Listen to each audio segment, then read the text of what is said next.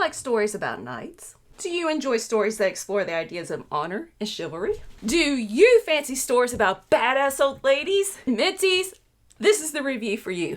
A 2-for-1 Chivalry by Neil Gaiman and Colleen Doran, and Once a Future Deluxe Edition by Book 1 by Kieran Gillen, Dan Mora, and Tamara Bonvillain. Stay tuned.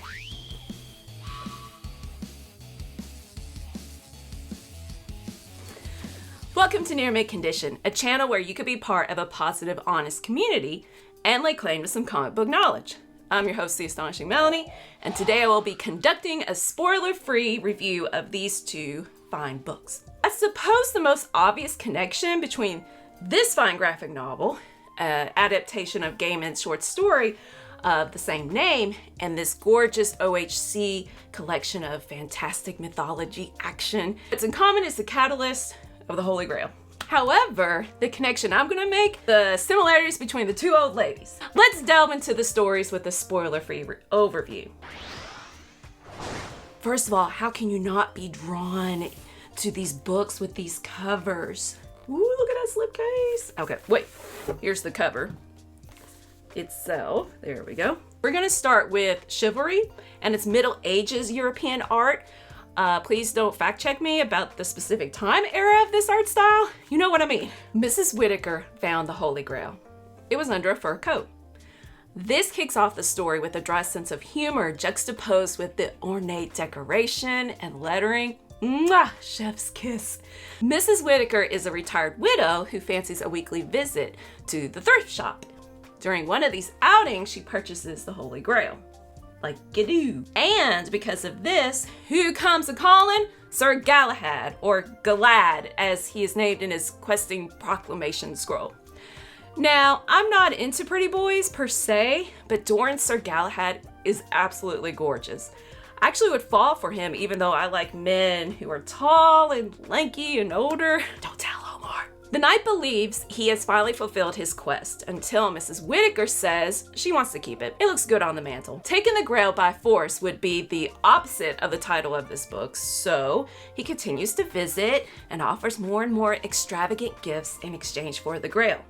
She refuses each time, and each time he ends up doing some chore or another. In this vein, the two become friends. No spoilers for the ending, but the decision Mrs. Whittaker makes in the face of temptation is what I respect. Like temptation of one of the gifts. Not only does she stick to her guns, so to speak, when it comes to this knight wanting the Holy Grail, she also displays a steel will. Her decision is honorable, respectable, and dare I say, chivalrous? Please do yourself a favor and pick this up. It's published by Dark Horse and retails for $19.99. Hey, that's a really good deal. Doran did a terrific job of adapting and capturing the mood and tone of Gaiman's short story. If you're fascinated by her art, check out her other adaptations of Gaiman's work, and with whom she's worked for years, which I'm sure accounts for why the book is so good. In the same manner, Once a Future King is co-created by Gillen and Mora, and it definitely shows. There's no point where the author stops and the artist begins. The story is one cohesive creation. The title references the novel by T.H. White, which was published in 1958. White collected previously published King Arthur stories, retold them, added his own material. This comic brings those myths into the modern world. I won't mention any spoilers, but it's quite clear at the beginning that Bridget, who lives in an assisted living residence, is someone to be reckoned with. Duncan, her grandson, who she raised as a son, receives a call from her home saying that she is missing. He leaves his date and finds that she is digging up her stockpile of weapons in the forest. A giant creature attacks, and her reaction to it chasing Duncan is very glib, sarcastic, and nonchalant, a trademark of hers as their battles continue through the book. In fact, she coerces her grandson into driving her to Glastonbury by pointing a gun at him. He argues that she won't shoot, and she does. Grazes his ear and says, "Oh, you'll be fine." Right off the bat, we see she's no one to mess with because she's been monster hunting all her life, which is news to Duncan. I think one of my new goals in life is that when I become an old lady, I will pretend to have been a monster hunter. That would be good.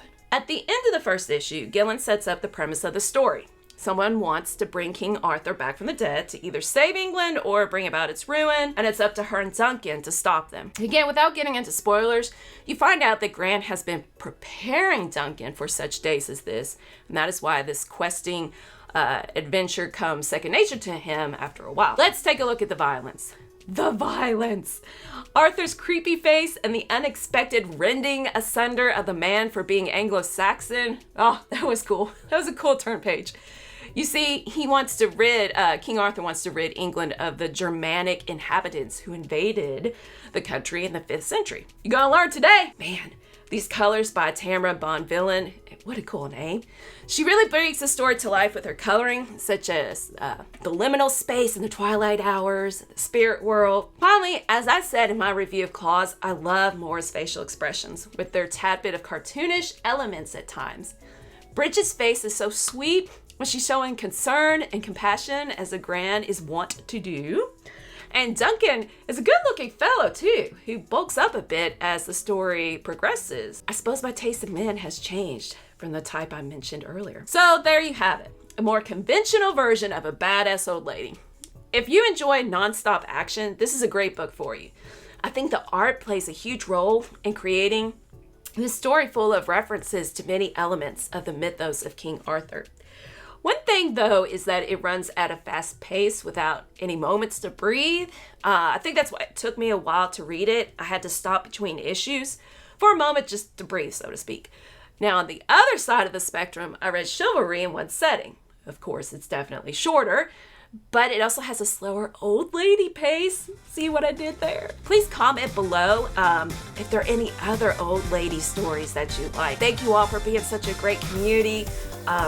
For helping my husband to make this his career. We were on Spread Shop. What's Comic Shop? You can get this awesome t-shirt. Thank you everyone again, and stay minty.